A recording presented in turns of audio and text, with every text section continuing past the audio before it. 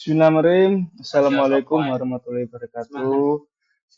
Kembali lagi bersama saya teman-teman Muhammad Kanji Fahmi Maksum dengan nomor induk mahasiswa 222010882, mahasiswa Prodi Pendidikan Agama Islam Fakultas Tarbiyah Institut Agama Islam Negeri Kediri. Baik, teman-teman, di sini kami akan mengulas penyampaian materi atau menyampaikan materi lanjutan dari pertemuan yang kemarin, yakni dengan tema yang sama, masih di tema yang sama, yakni mengenai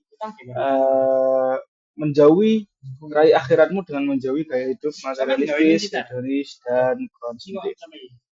Langsung menuju slide selanjutnya, yakni tujuan pembelajaran pada pertemuan kali ini, yakni yang pertama melafalkan hafalan Quran surat Al-A'la ayat 19 sampai ayat 14 sampai 19, Quran surat Al-Qasas ayat 77 dan Quran surat Ali Imran ayat 148 dengan benar sesuai dengan kaidah tajwid.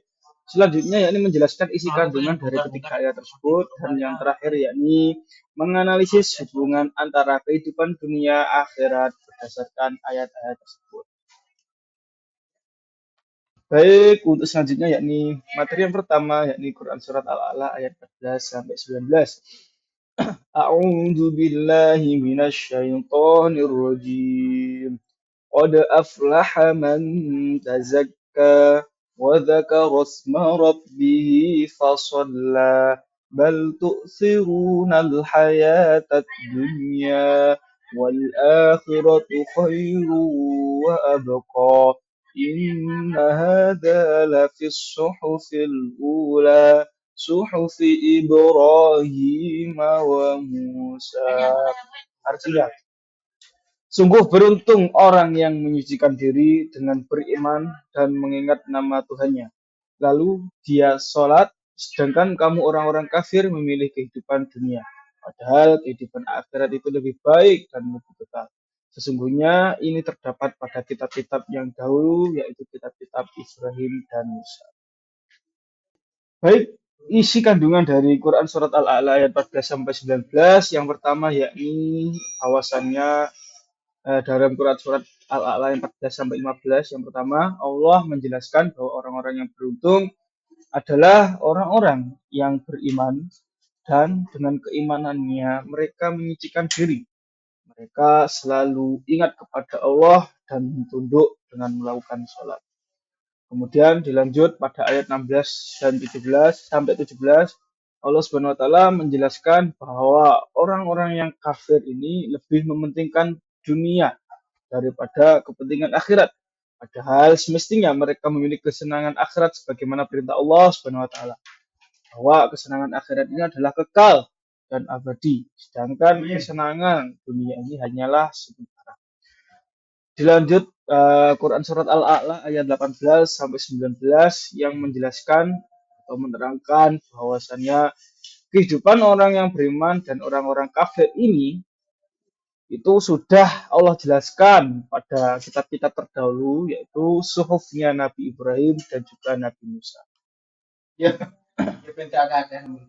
Selanjutnya yakni Allah Subhanahu wa taala sudah menegaskan bagi orang-orang yang bergaya hedonis dan juga konsumtif, tempat mereka adalah neraka. Sebagaimana firman Allah dalam surat Yunus ayat 7 sampai 8, Allah berfirman, Innal ladzina la yarjuna liqa'ana wa radu bil hayatid dunya wa tuma'annu biha walladzina hum an ayatina ghafilun ulaika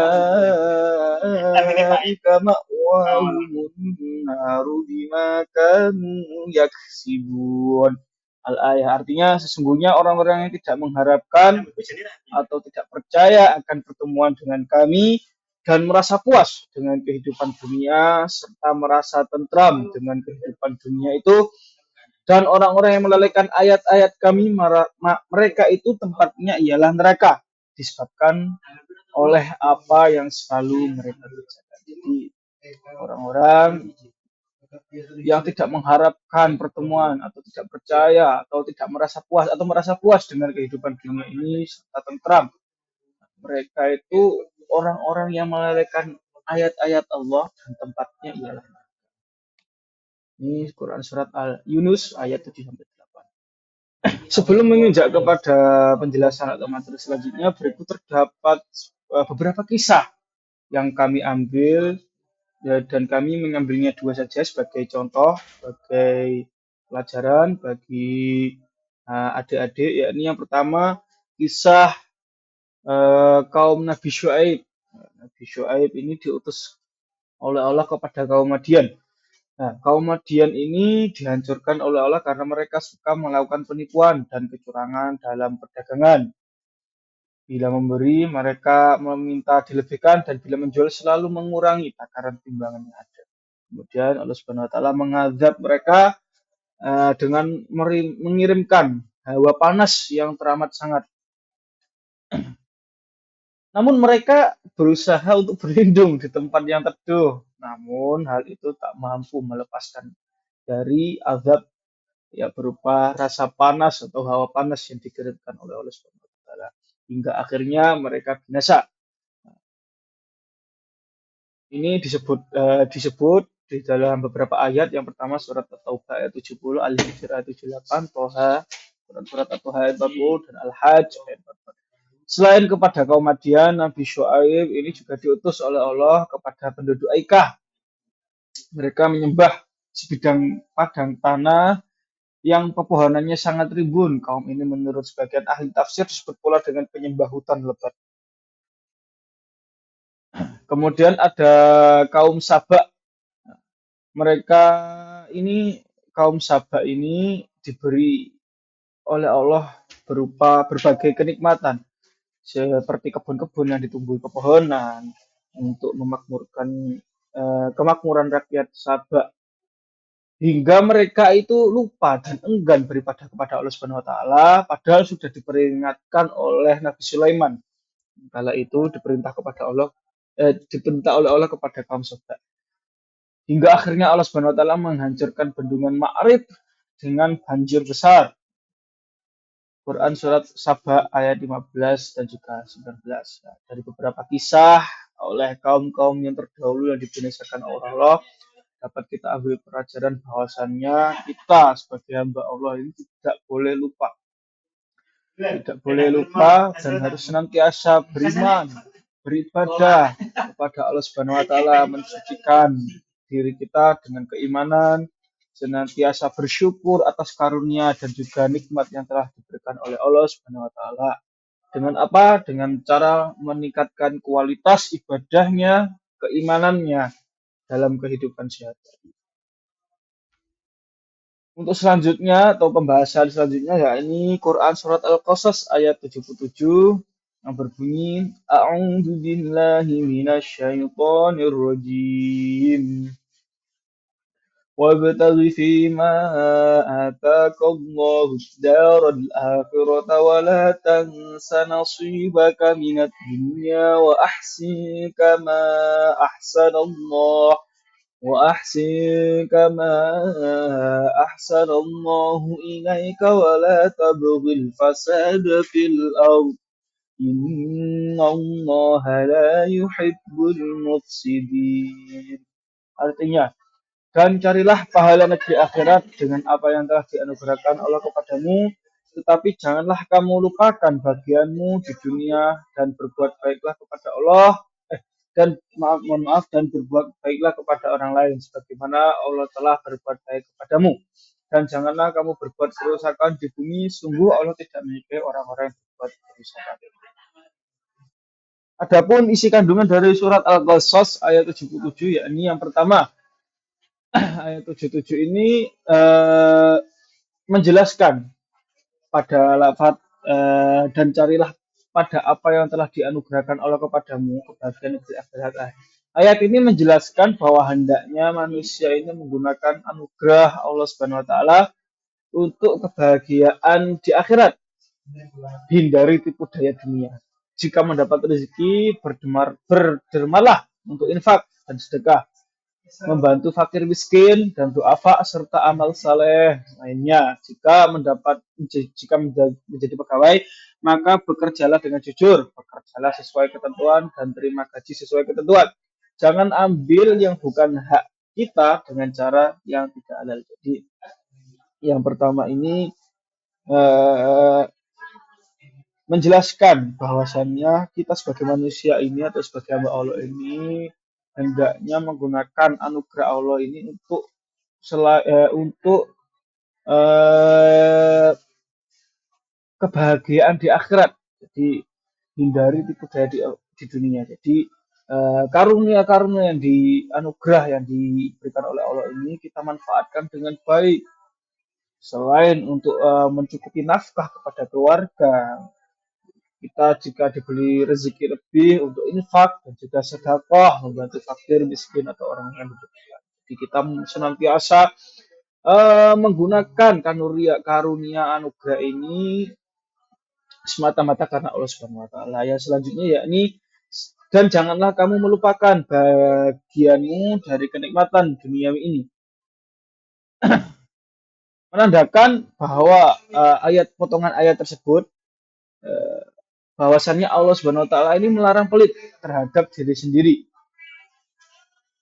Kita hendaknya mencukupkan kebutuhan sandang, pakaian, papan, tempat tinggal dan pangan, pemakanan dan kebutuhan sehari-hari lainnya secara tidak berlebihan. Jadi pada kalimat janganlah kamu lupakan bagian jika kenikmatan duniawi ini Allah juga memerintahkan kita untuk mencukupkan kebutuhan sandang pangan kita dengan secukupnya, tidak berlebihan. Jadi kita dilarang pelit terhadap diri sendiri.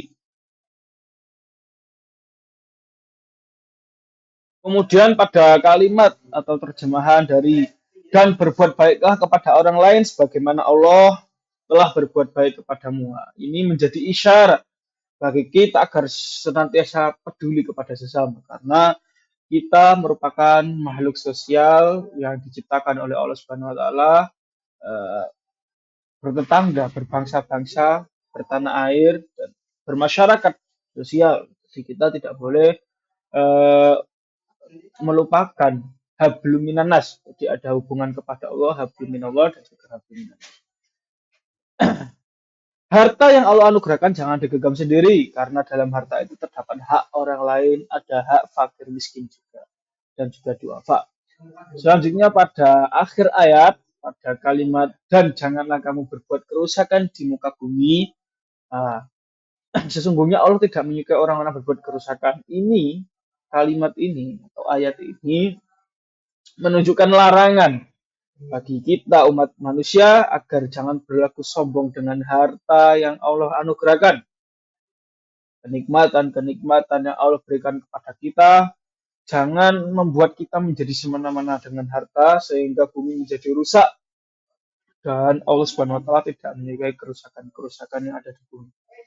Untuk selanjutnya yakni Al-Quran surat Al-Imran ayat 148. A'udzu billahi minasyaitonir rajim. Fa'atahumullahu thawabad dunya wa husna thawabil akhirah. Wallahu yuhibbul muhsinin. Al-ayah artinya maka Allah memberi mereka pahala di dunia dan pahala yang baik di akhirat dan Allah mencintai orang-orang yang berbuat kebaikan. Jadi isi kandungan dari Quran surat Ali Imran, maaf ini ada sedikit salah penulisan, yakni menjelaskan bahwa orang-orang yang ikhlas, orang-orang yang sabar dan tetap berjuang di jalan Allah ini, Allah kelak akan memberikan balasan baik di dunia dan juga pahala kebaikan di akhirat. Oleh karena itu orang-orang beriman hendaknya bersyukur, bersabar dalam setiap keadaan, bersabar dan bersyukur akan dapat membentengi diri dari perilaku materialistis, hedonis dan juga konsumtif. Mereka yang beriman akan selalu ikhlas menjalani kehidupan sesuai perintah Allah. Mereka yakin tidak ada yang menjadi tujuan hidup ini kecuali keridhaan Allah Subhanahu wa taala. Selanjutnya yakni analisis hubungan dunia dan akhirat. Jadi dunia ini ada 3 poin ya teman-teman. Yang pertama ini dunia ini sebagai ujian. Hidup di dunia ini adalah tempat kita diuji oleh Allah Subhanahu wa taala untuk melihat siapa yang terbaik di antara hamba-hambanya. Poin yang kedua yakni menjauhi gaya hidup materialistis, hedonis dan konsumtif. Islam mengajarkan keseimbangan antara dunia dan akhirat, tidak hidup berlebihan dan selalu ingat akhirat. Seperti halnya yang disampaikan tadi beberapa poin tadi bahwasanya kita harus senantiasa uh, bersyukur, senantiasa menggunakan karunia, menggunakan atau memanfaatkan karunia-karunia yang telah diberikan oleh Allah Subhanahu wa taala dengan baik. Bila diberi rezeki yang lebih, disuruh untuk mentasodak atau mensodakohkan, menginfakkan kepada yang lebih membutuhkan. Selanjutnya, poin yang ketiga ini balasan amal perbuatan. Setiap perbuatan baik akan mendapatkan balasan baik di dunia ataupun di akhirat. Kemudian yang selanjutnya yakni kesimpulan. Dari beberapa pembahasan tadi ada sedikitnya 3 kesimpulan yang dapat ditarik dari pembahasan tadi. Yang pertama, Al-Quran surat Al-A'la ayat 14-15 ini menerangkan bahwa orang-orang yang beruntung adalah mereka yang senantiasa mensucikan diri dengan beriman kepada Allah Subhanahu wa taala, mengingat Allah, melaksanakan sholat dan sebagainya. Sedangkan orang-orang yang hanya mementingkan dunia ini dengan melupakan akhirat, mementingkan dunia, berlebih-lebihan dalam urusan dunia dan juga melupakan akhirat adalah tergolong orang-orang yang kafir, orang-orang yang kufur. Selanjutnya yakni Al-Quran surat Al-Qasas ayat 77. Nah, ini memerintahkan agar manusia ini senantiasa berusaha untuk dunianya, tetapi tidak melupakan akhirat, dan Allah Subhanahu wa taala juga melarang manusia ini berbuat kerusakan di bumi. Selanjutnya Al-Quran surat Ali Imran ayat 148 ini menjelaskan bahwasannya Allah akan memberi balasan di dunia dan akhirat bagi orang-orang yang menginfakkan hartanya, dan Allah Subhanahu wa taala mencintai hamba-hambanya, mencintai mereka semua yang beriman dan juga yang menginfakkan hartanya di jalan Allah Subhanahu wa taala. Demikian pemaparan materi dari kami, semoga bermanfaat bagi teman-teman semuanya. Semoga bisa diterapkan dalam kehidupan sehari-hari. Kurang lebihnya mohon maaf. Assalamualaikum warahmatullahi wabarakatuh.